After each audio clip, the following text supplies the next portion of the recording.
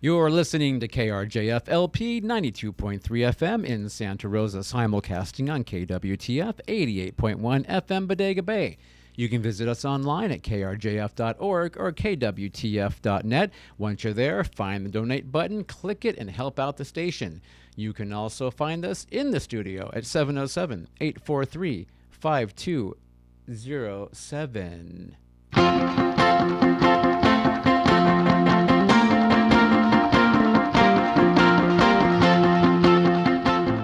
Welcome to the Cult Show.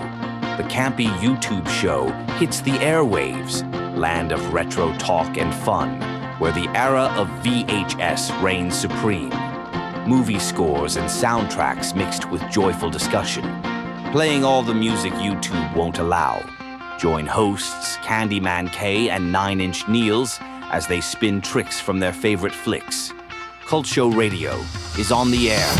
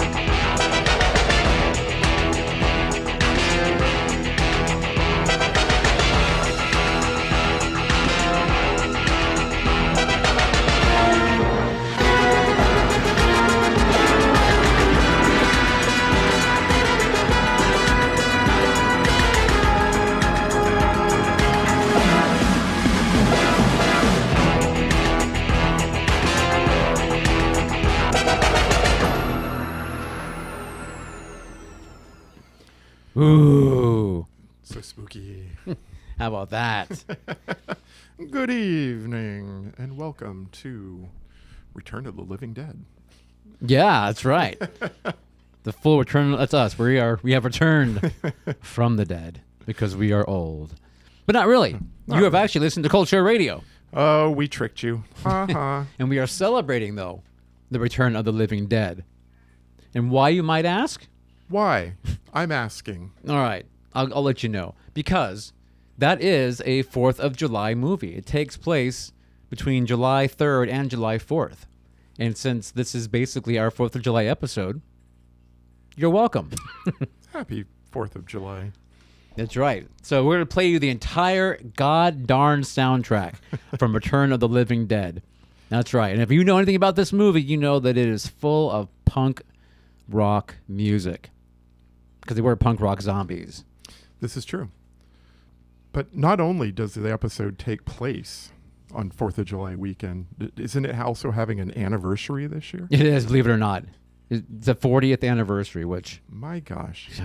that makes me feel super duper old because, yeah, I used to watch this. This film was a staple in my video catalog. Yeah, I can see little 9-inch Neils watching this. Yeah. Going to Blockbuster or Eastman Video or wherever Bradley Video. No, I actually recorded it off HBO. Oh, even better. And so I just played that tape over and over and over. Doesn't get more 80s than that right there. That's right.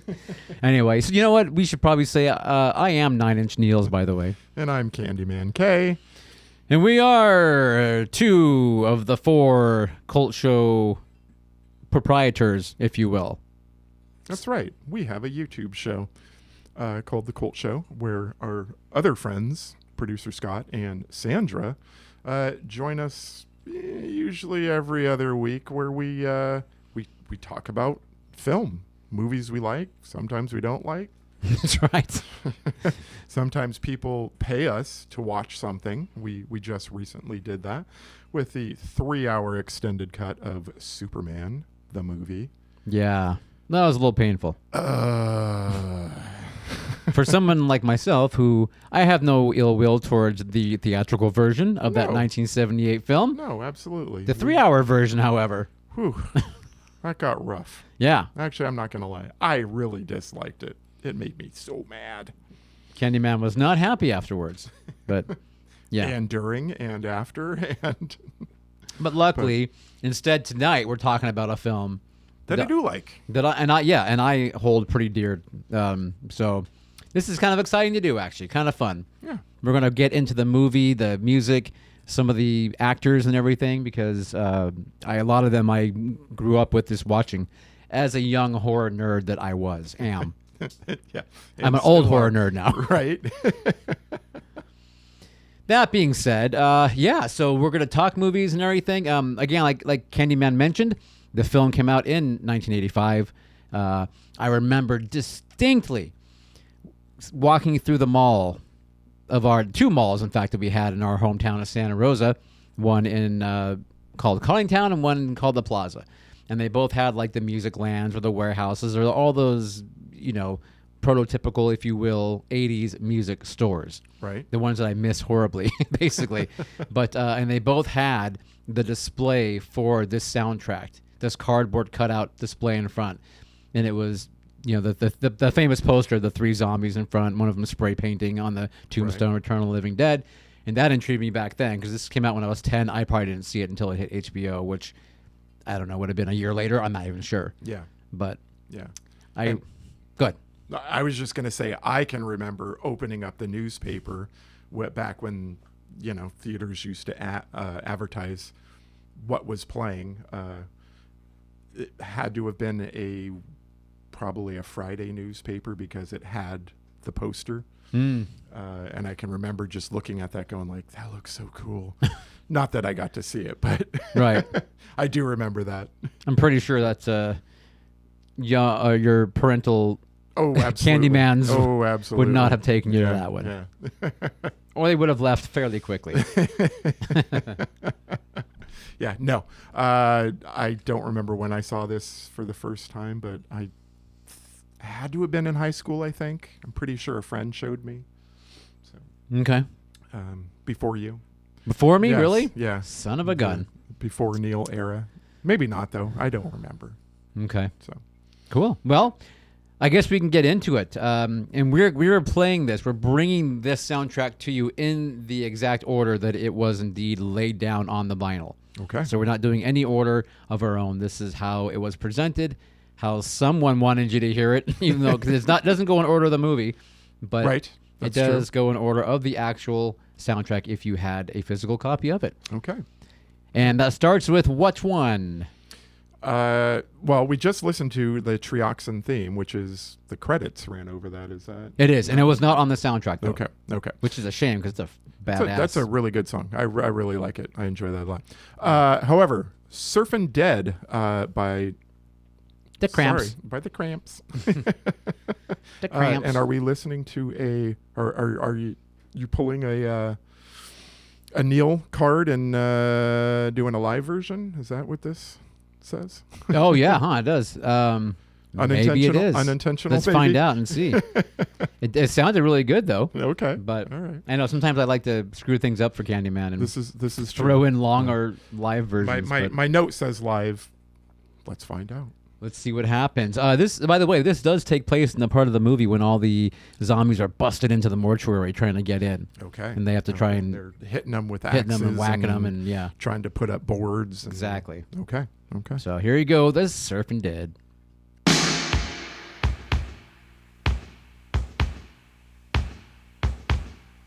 My favorite brain soup. Cream of nowhere.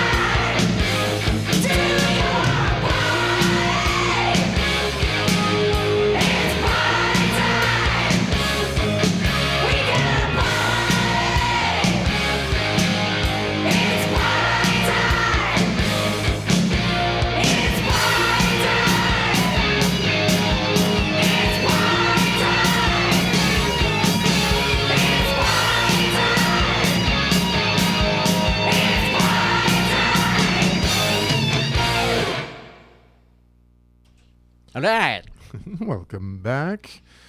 So the Cramps song, Surfin' Dead, was not a live version. I apologize. No, it says it on the notes because when you get these songs, sometimes they try and screw you up. Yeah. But then, of course, that was followed by probably the most iconic song of this movie, I'm guessing, Party Time. One of them, at least. You know, by 45 Grave. Because it plays in several sections, actually. It does. When they're in there. But the biggest part, of course, is when the skeleton comes popping out of the ground. Right. Which is really cool. Yes. Which, so good you get to see it twice. That's right. It's worth it. It's great. By the way, if you guys don't know, this is a horror film. with comedy elements. Yeah. It's kind of sci-fi. It's, you know, it's okay. I won't gatekeep that, so you know, sure. I don't know. It's a zombie movie. Yes. Who are we kidding? But it's awesome because it references Night of the Living Dead. Correct. It basically looks at itself because it was written by two of the gentlemen, Russell Streiner and I can't be even blanking on the other guy's name, John something. Was it O'Bannon? No, Dan O'Bannon was the screenwriter and the director. Okay. But it was, Jesus, I even spent the weekend with this guy because I brought him up to our film festival. Ay, caramba. Anyway, Candyman will look it up for us while I ramble. It was John A. Russo. John Russo, thank you. Good Lord, my brain. Anyway, they worked with George Romero on Night of the Living Dead. Okay. There was apparently some kind of disagreement. I don't even know what. I don't know if they even ever want to get into that. Like, they don't ever, you know what I mean? Like, I've never heard what the actual issue was when it came to, I want to do a sequel. And it was like, you know, some of them were like, let's do it this way. And George was like, no, I want to do it this way. And yeah, I want mindless zombies. And they're yeah, like, no, we want thinking zombies. Yeah, I don't know. But anyway, so they went out and they wrote their own thing, which is fine. Yeah. I mean, I'm a diehard George Romero fan, as everyone knows. But I accept this film because it's just a lot of fun. Yeah. But that being said, it's got an awesome mix of the horror and some pretty cool, fun, practical effects. Right. And again, I think the music is just a lot of fun. So I've always just loved this film. And it has might be one of my first movie crushes ever, Linnea Quigley. Oh, my goodness. Absolutely fell in love with that woman. So I used to say, I'm going to make her my wife one day. So. And, of course, you got to meet her a whole bunch of times. I did. Fango conventions. Yeah.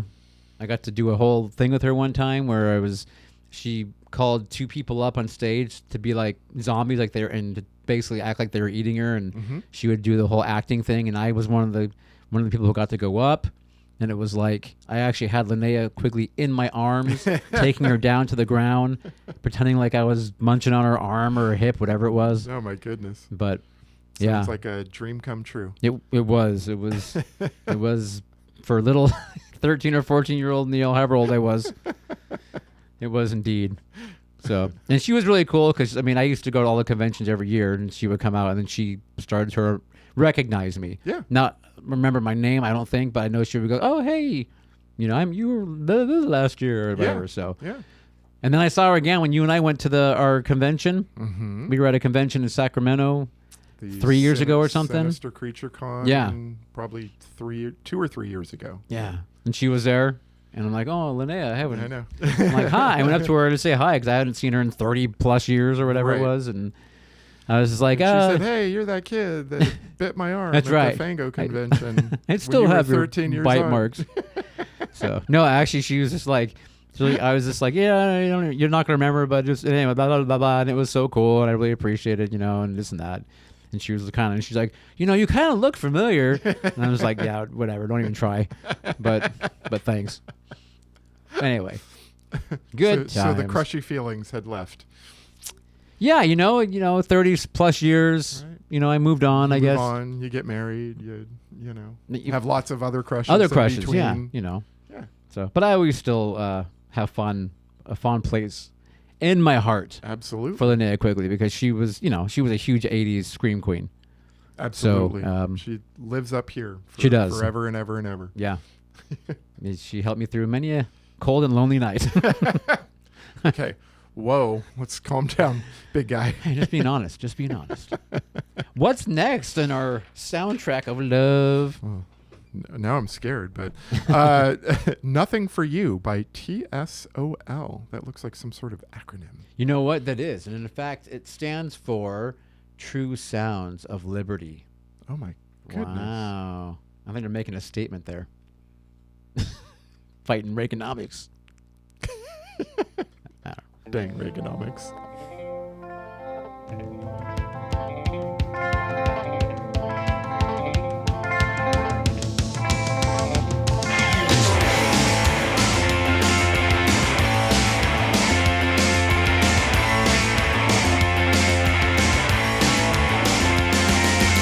I got nothing for you, or you can look under my rug. I got no smack for you, you're a trance from that drug. I got no tears for you, I got nothing to worry about. I got no fear for you, no, no, no. My guns are just a layup out.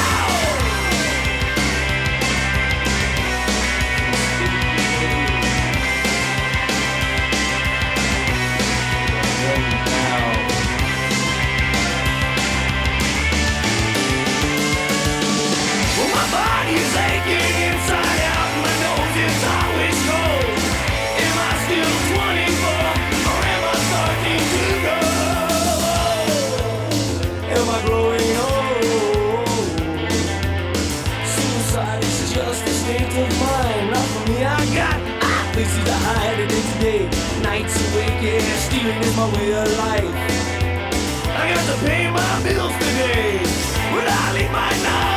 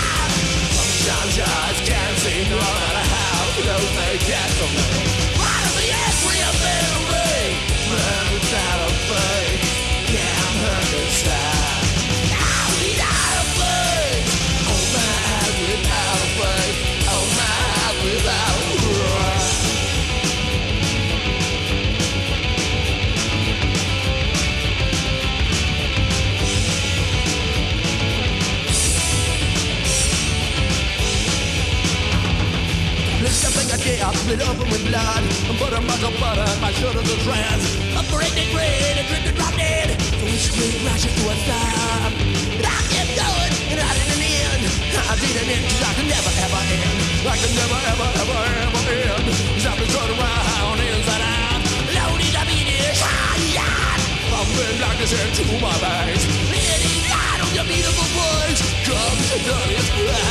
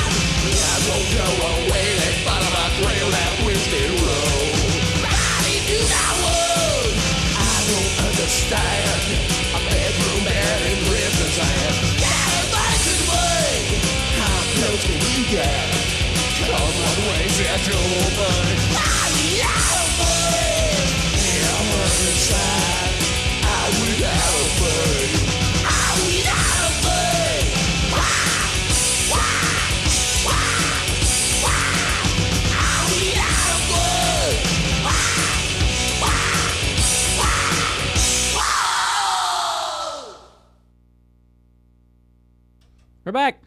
We're back. That was Eyes Without a Face, not the Billy Idol. Eyes Without a Face. I was just about to say that. Yeah, sorry. You probably didn't know that until Niels told you, but surprise. We had a segment we did a show a couple weeks ago about same title, different song. We have to throw that one in there. I think so, because I think we had a part 2 to that. We did. We absolutely did. There you go. We will probably forget that between now and then, but yes. Can you guys remind us? Just like John Russo. Who? John A. Russo. As in John is a Russo? So Eyes Without a Face, that plays when they are going into the... Yes, when they are first entering the cemetery. They break the lock, they walk in. The punks are walking in, they're like, then, what a mess. Yeah, and Chuck goes flick on his awesome ghetto blaster. Little boom box there, and yeah. Turns it on. So, the start of the the punks invading the graveyard. Which will soon come out find to be a... And they're just there killing time, waiting for their friend to get off work. Yeah. Their friend Freddie, by the way. Yeah. Yes, played by Tom Matthews. T-H-O-M, Tom. Yeah, Tom, funny spelling Tom. Yeah. Who, by the way, we also met in Indianapolis. We did. At another convention that Candyman and I were invited to as guests, actually, because we knew the guy putting it on. That was a fun convention. That was a real good time. We met tons of horror people there. Man, Tony Todd. Yeah, we hung out in the bar with them. Yeah. We had drinks with all of them. We got smashed with Tony Todd, actually. We did. And Kane Hodder. Kane Hodder was there. Yeah, you got choked by him, actually. I got choked. Well, lots of people do, but yeah. But I didn't have to pay any money to get choked. I know.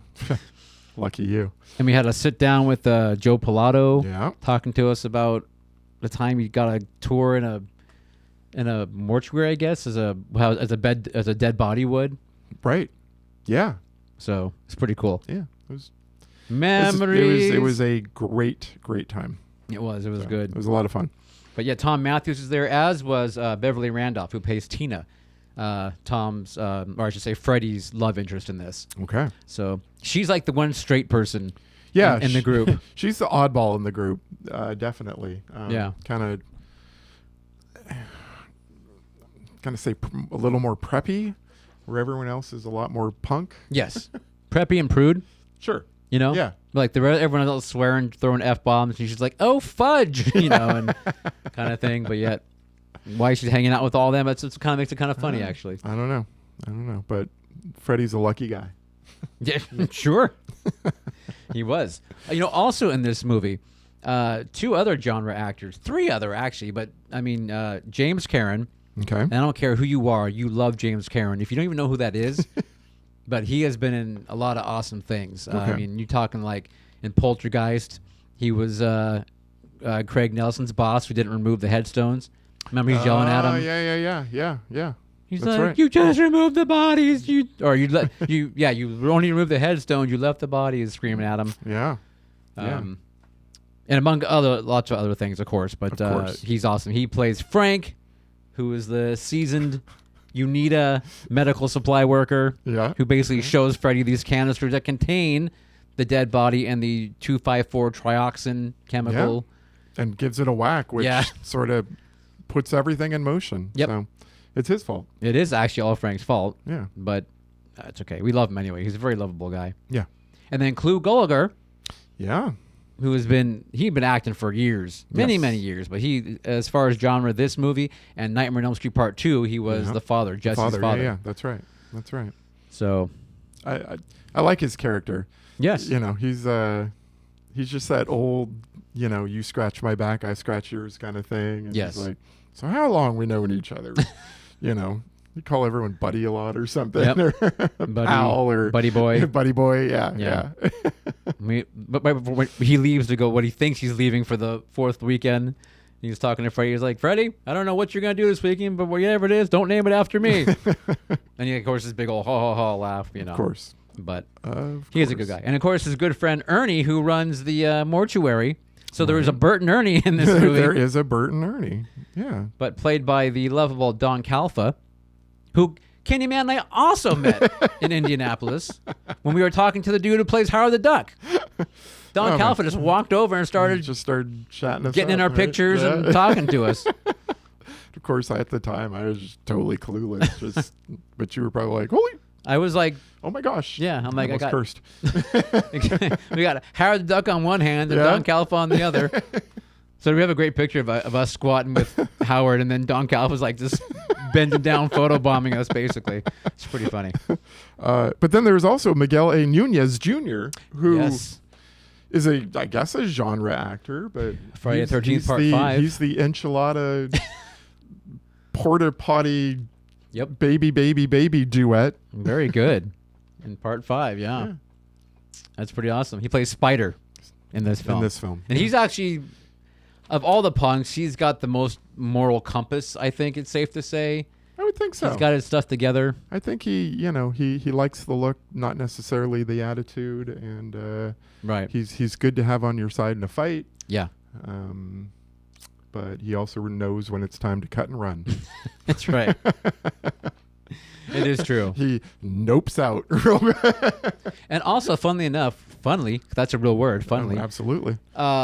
You mentioned him in Return of the Living Dead and in Friday the 13th Part 5. Correct. The actor who plays Suicide in Return of the Living Dead is also in Friday the 13th Part 5. Yeah. And he plays the dude with the axe in the mental asylum who whacks the kid in the back, basically. It chops him up. Okay. So, which ends up spurning the whole Jason going nuts thing in that movie, which I won't give it away at this point. All But right. anyway. Spoiler alert. So we have for- two from Return of the Living Dead who also were in Friday the 13th Part 5. My goodness. Wow. And if you guys don't care, I don't care because I'm going to talk about it anyway. Yeah. Because I love horror. I think it just pays to know people, to have acted with people before. You're like, hey, I know somebody. Maybe, yeah. I think Part 5 came out in 85 also, if I'm not mistaken. Oh. Probably just went from one set to the other. He probably did. Like, I feel like those Friday the 13th films kind of, they lined up. Like, whereas, okay. Part 2 came out in 82, Part 3 in 83, Part 4 in 84, and, they kind of started lining up. Interesting. Yeah. Crazy, right? That is, yeah. That's, my mind is blown, Niels. Boom. All right. Should we get back to some music? I could talk all day about these horror films, but we'll play some more music for you. Sure. Coming up, we've got Burn the Flames by Roky Erickson. This is actually the end. Erickson. Yes. This is the end of side 1. This is the final track of Okay. side 1 on the vinyl. All right. Burn the flames.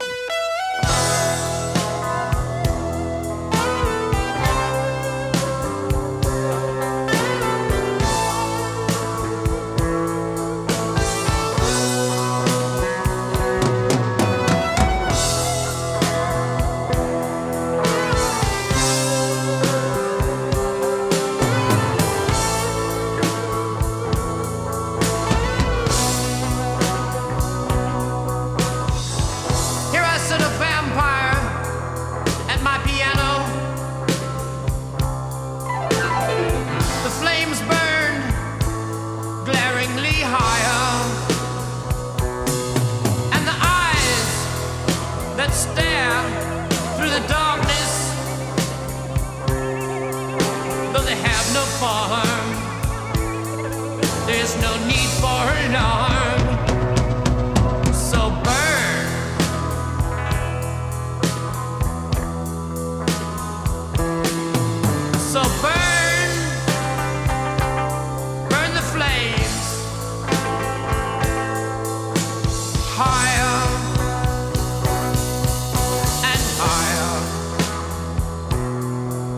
So burn,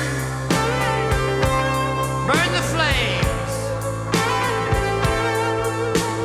never to expire. Here I sit a skeleton at my organ. The candles in my candelabra burn hellishly, hellish hell. And the laughter unending echoes through the haunted house. A little Christmas spirit, ghostly, haunting, deadly spirit. Every creature is stirring, even the mouse. So burn.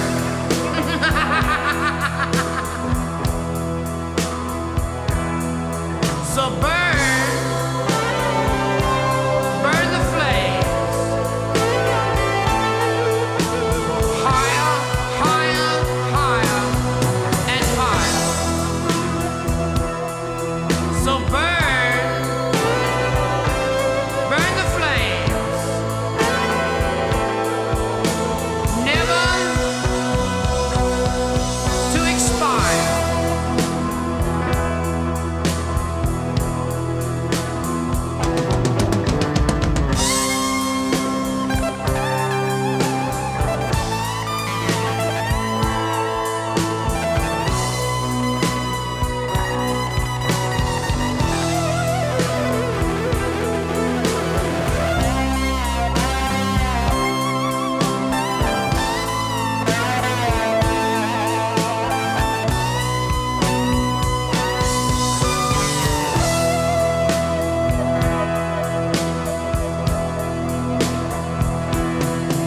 So burn, burn the flames, higher, higher, higher, and higher. So burn, burn the flames, never to expire. Here I sit myself at my instruments. Here they sit at their instruments. And the music fills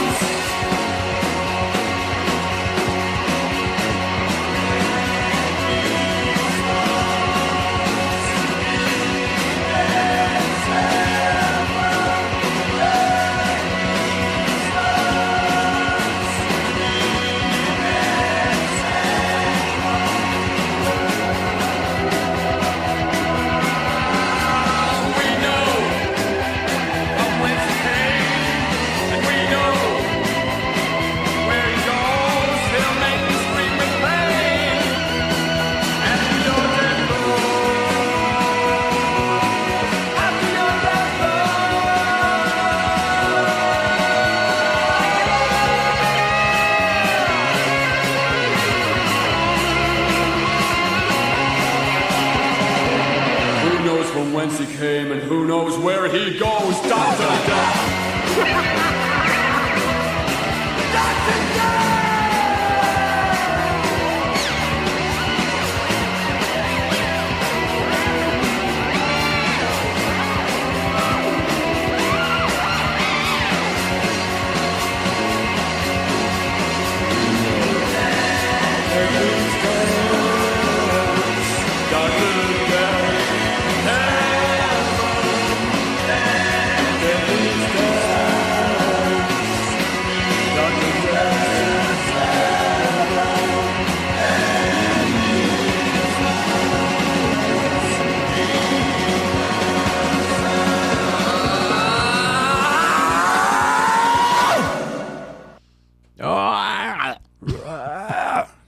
Sometimes you just feel like a punk rocker driving in your car with your friends. That's right. Trying to Clearing your throat at the end. Trying to figure out what to do in this dumb old town. Oh, What do go you get your decide to friend do? Freddie who gets off and Freddie knows where all the parties are at. he does. He absolutely does. Unfortunately, you have to wait like what 2+ hours Yeah, before he something gets like off that. work. Yeah, 2 or 3 hours. Because apparently Freddie's really responsible too. Yeah. As Freddy's are. Anyway, you're listening to Culture Radio, by the way. Welcome. Welcome back. Thanks for being here. So Deadbeat Dance by The Damned was the song we just listened to. That was indeed. And again, that occurred while the punks were driving in Suicide's car. Punker Suicide. Suicide. Before that, Burn the Flames, when poor Frank has to decide, well, you know what? I don't want to become a zombie. I'm going to cremate myself. No. It was very sweet, actually. He leaves his wedding ring Yes. on the outside. Yes. But Like I don't know that his wife is ever going to get that. Based on how the movie ends. Oh, yeah. But it's the thought that counts. I believe it was probably obliterated. Oh, well. That's what happens when you drop a giant nuclear weapon, nucleoid weapon on St. Louis. Wait, no. Not St. Louis. St. Louis? Where were they? Sure. So it's... No, what was it? Anyway, keep talking. Kentucky? I think it was Kentucky. Uh, It's okay. I'll figure it out. yeah. So what's up next, though? We can't talk long. Okay, We've we got, can. We've got things to do and people to see, and an hour is not a lot of time to play music. Coming up next, we've got Take a Walk by The Tall Boys. The Tall Boys. Yeah, The Tall Boys. The Tall Boys.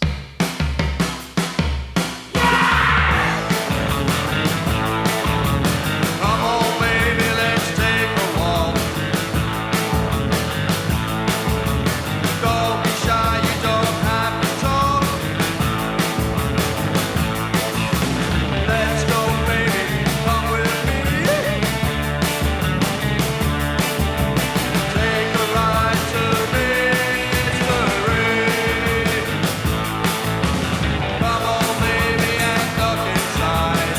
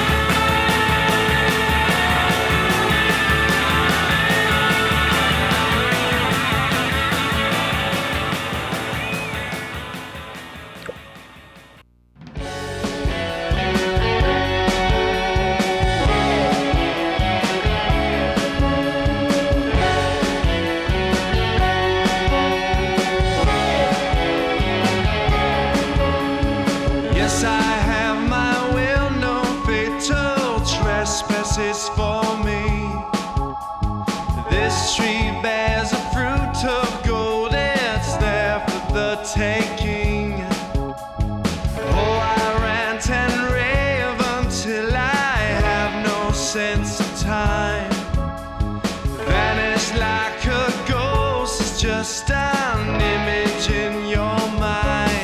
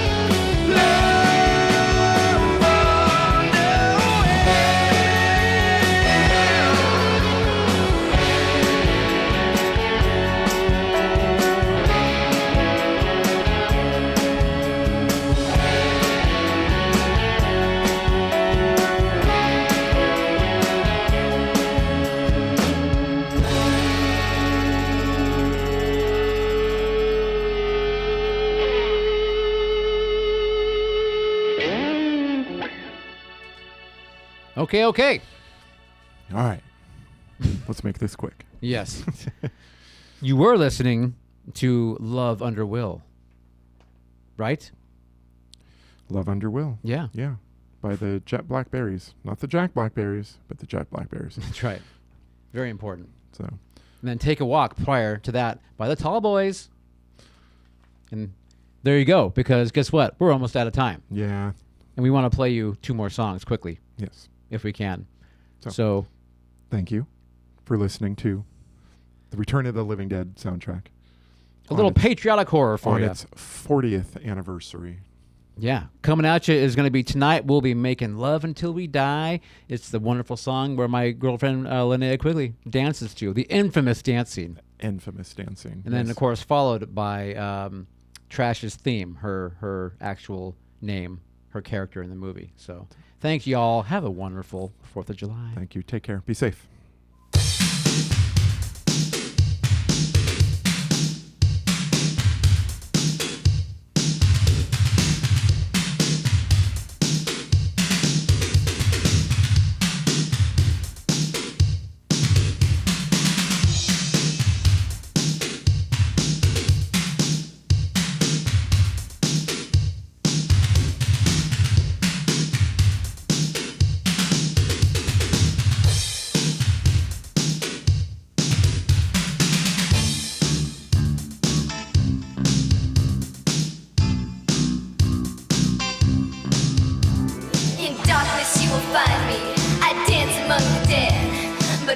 soon I'll need to hunt the scent of blood instead.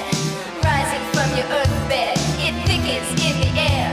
A smell gone sweetly rancid. I know that you are near. Tonight we'll make love till we die. Tonight we'll make love till we die. I know you think I'm nasty, but I am no common girl. I once slept with the devil. It was really no big thrill.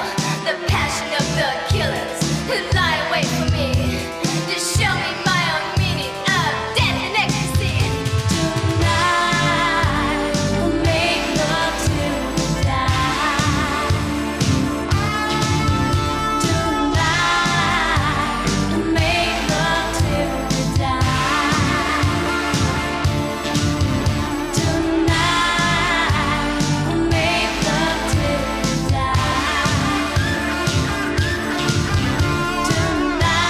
we